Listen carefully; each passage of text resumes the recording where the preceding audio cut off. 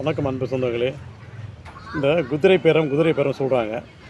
அதற்கான அர்த்தம் யாருக்குன்னா தெரியுமா கேளுங்க. நான் நிறைய பேரை கேட்டு பார்த்தேன், குதிரை பேரம்னா என்ன அப்படின்னு சொல்லிட்டு. அவங்களுக்கு தெரியல. குதிரை பேரம் என்பது செப்டம்பர் மாதம் 2024 அந்த குதிரை பந்தயம் நிப்பாட்டிட்டாங்க. அதனால் அந்த குதிரை மேலே பணம் கட்டி சூதாட்டம் சொல்லுவாங்க. அந்த சூதாட்டத்தில் நிறைய பேர் பணம் இழக்கப்பட்டு மிகவும் பின்தள்ளப்பட்டனர். இது ஆண்டாண்டு காலமாக அந்த குதிரை ரேஸ் பந்தயம் இருந்தது.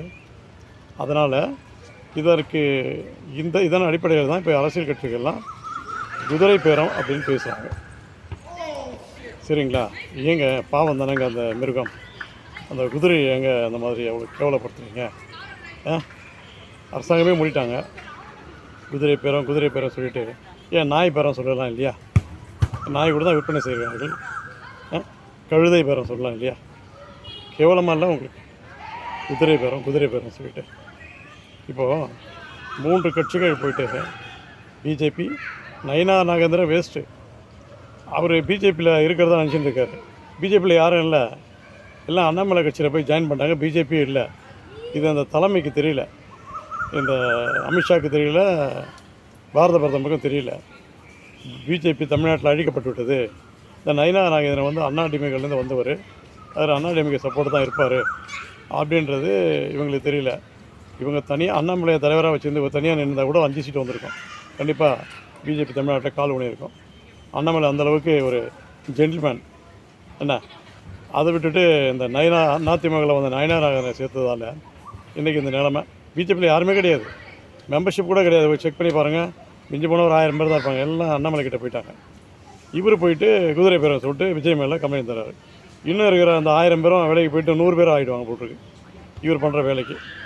அது மட்டும் இல்லாமல் அந்த ஆர்எஸ் பாரதி குதிரை பேரம் சொல்லிட்டு விஜயை தாழ்த்தி பேசினார் இல்லையா? அவர் குதிரை பேரம் பேசினாங்க அவர் மேலே அப்படின்னு சொல்லிட்டு நம்பக்கூடிய விஷயமா அவர் போய் நம்ம கவர்னர்கிட்ட பெட்டிஷன் கொடுக்குறாங்க. அப்புறம் அதிமுகவில் 2 பேர் நம்மளும் கொடுக்கணும், நம்ம கொடுக்கலாம் அசிங்கம். ஏன்னா மாண்புமிகு ஜெயலலிதா மேடம் சட்டப்பேரவையில் எதிர்கட்சி தலைவராக இருக்கும்பொழுது கொஸ்டின் கேட்கும்போது ஆளுங்கட்சியாக இருந்த திமுக அவங்கள கீழே தள்ளி அந்த சேலையெல்லாம் இழுத்துருக்காங்க. என்ன இந்த பாஞ்சாலி கதையாக தூக்கில் உரியப்பட்டது. ரொம்ப அவமானப்பட்டு கீழே விழுந்து அடிப்பட்டு, கீழே தள்ளி விடப்பட்டு அடிப்பட்டு இந்த மேலாடை உருவப்பட்ட நிலையில் மேலாடை இழுத்துருக்காங்க.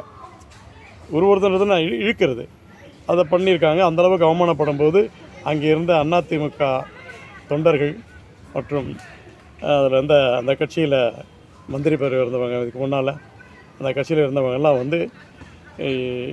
என்னடா நம்ம அம்மா இவ்வளோலாம் அவமானப்பட்டாங்க அந்த திமுகவில், அங்கே போய் இந்த எடப்பாடி கூட்டணி வச்சுக்கிறாரு சொல்லிட்டு படிப்படியாக சாரையாக வந்துடுறாங்க. இதுதான் ரீசன். குதிரை பேரம் கிடையாது.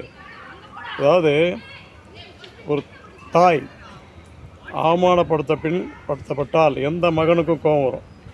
என்ன அவமானப்படுத்தியோட உடன்படிக்கை வச்சுக்கிறது எந்த மகனுக்கும் அந்த மனசு இருக்காது.